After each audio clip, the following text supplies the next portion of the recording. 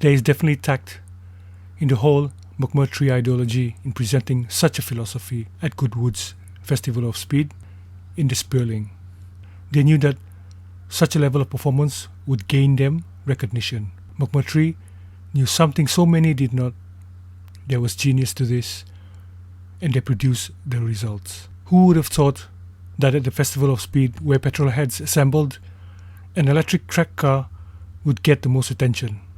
The Spéirling's party trick was purely based on its ability to be so quick, portraying an almost cartoonic demeanor that left observers enthusiastically surprised, breaking the Goodwood hill climb record while at it. Previous records were held by a Formula 1 car, driven by a Formula 1 driver, and also a current Pikes Peak hill climb record holder in Romain Dumas on VW's IDR. The Spéirling did Goodwood's 1.16 mile or 1.86 kilometer hill climb in 39.08 seconds, setting an average speed of 106.8 miles per hour after all 9 corners, 0.82 of a second quicker than the IDR's 39.90 seconds that averaged 104.66 miles per hour. Its fastest speed during the climb was an amazing 149 miles per hour. So what is McMurtry's Spéirling? And what is its party trick?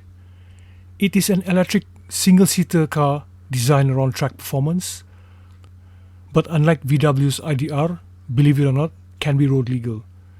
It is rear-wheel drive driven by 2 electric motors with a combined output of 1000 horsepower. Their emphasis on driving experience has left the front wheels devoid of any drive and instead is left to purely provide steering feedback.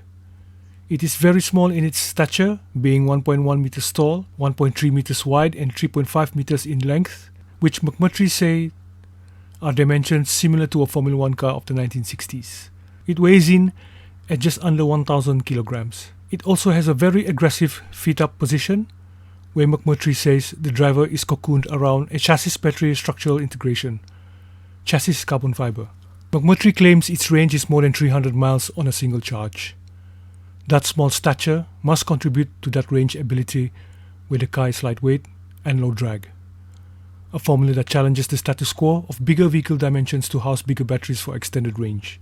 It may just weigh 1000 kilograms, but that is certainly not what its magnesium wheels needs to support. The Spéirling has 2 tons of downforce starting from 0 miles per hour onwards to 2250 kilograms of downforce at 150 miles an hour, which the car is artificially limited to. A shallow rising rate in downforce relative to its speed, but it would certainly provide a more consistent driving characteristics. McMurtry has separated its aerodynamic fundamentals in drag and downforce, being capable of more than 200 miles per hour in top speed without its artificial limiter, and then able to produce more than 2000 kilograms of downforce with the fan turned on.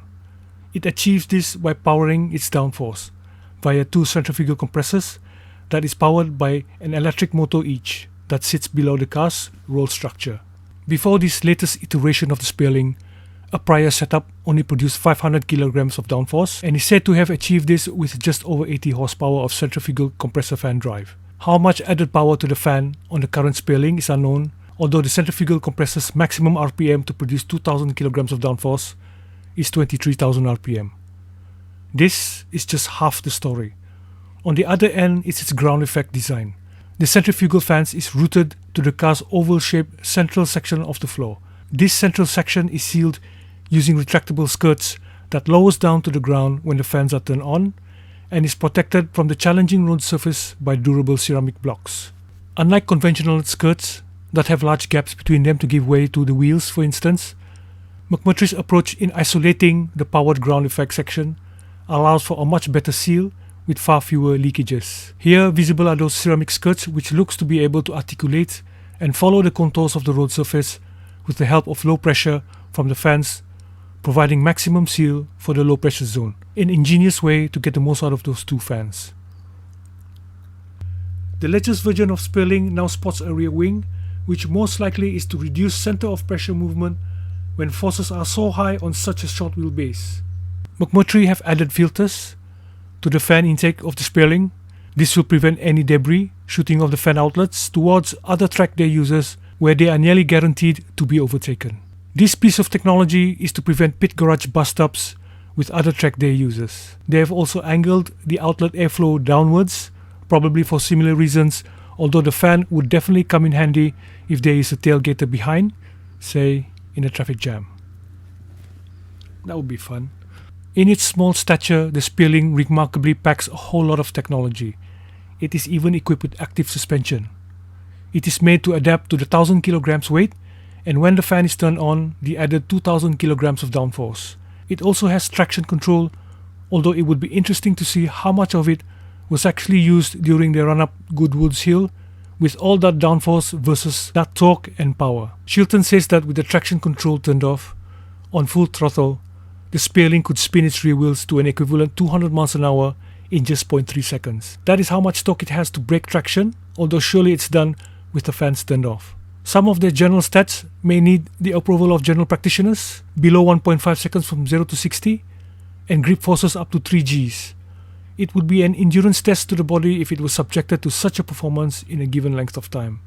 It is also interesting that it produces 3 Gs of traction, which is equivalent to its 1000 kilograms of weight, and 2000 kilograms of downforce, subjected to its wheel loads. McMurtry is going to produce only a handful of these cars, but it's just their start to a journey. Who knows, maybe one day the Spéirling might evolve into a 3-seater, 4-wheel drive version that has 2000 horsepower and 2 tons of downforce.